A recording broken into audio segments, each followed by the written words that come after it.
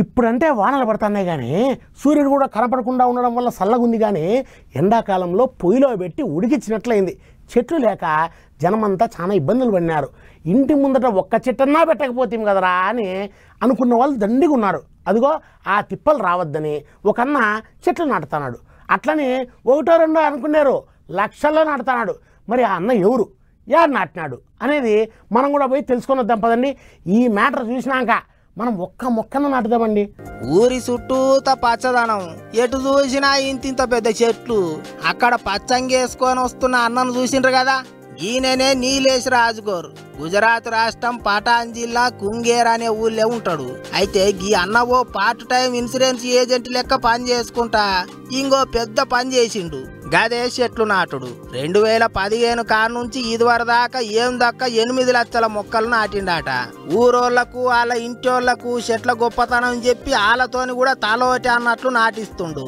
మొక్కలను సాదుకుంటా వీటిని గిట్ల ట్రాక్టర్కి ఎక్కించి కొంచెపోయి ఆడ సర్కారు జాగుంటే ఆడ నాటుతుండాట.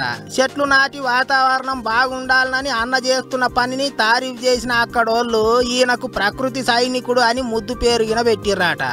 అటు దిక్కు ఏ పండుగ అయినా సుత అందరికి నెత్తికో మొలకిచ్చి నాటు మనిషి చెప్తున్నాడట. ఇయాల రేపట్ల ఎవళ్ళెట్ల పోతే నాకేంది అనుకుంటారు. అసోంటిది గీ అన్న మాత్రం అందరికి అక్కడికొచ్చే గింత మంచి పని ముంగటేసుకుండా అన్నట్లు. ఇట్లా ప్రకృతి మంచిగుంటేనే మనం మంచిగుంటాం, లేకుంటే రోగాల పాలైతాం అని వచ్చిన వాళ్ళందరికీ పూసగుచ్చి చెప్పుకుంటా ఇంగిన్ని మొక్కలు నాటిచ్చే ఇక మత చేస్తుండాట. అట్టిట్లా అన్న కష్టాన్ని సర్కారు 2022లో గుర్తించి గింత మంచి పని చేస్తున్నందుకు నీకు అవార్డు ఇస్తాం రావయ్యా నీలేష్ అని పిలిపించుకొని క్లైమేట్ చేంజ్ అని ఓ అవార్డు ఇచ్చి మెచ్చుకుందాట. ఇప్పటికి 45 ఏండ్లున్నా సుత మొక్కలు నాటడం మాత్రం ఆపలేదట. ఒంట్లే పానం ఉన్నన్ని దినాలు ప్రకృతిని పచ్చగుంచుడే నా పని అన్నట్లు ముంగటికి పోతుండాట. గొప్ప ముచ్చటే కదా. మరి అన్ని కాకపోయినా అందులో ఒక్క మొక్క అయినా మన ఇంట్లో నాటుదాం, ఏమంటారు?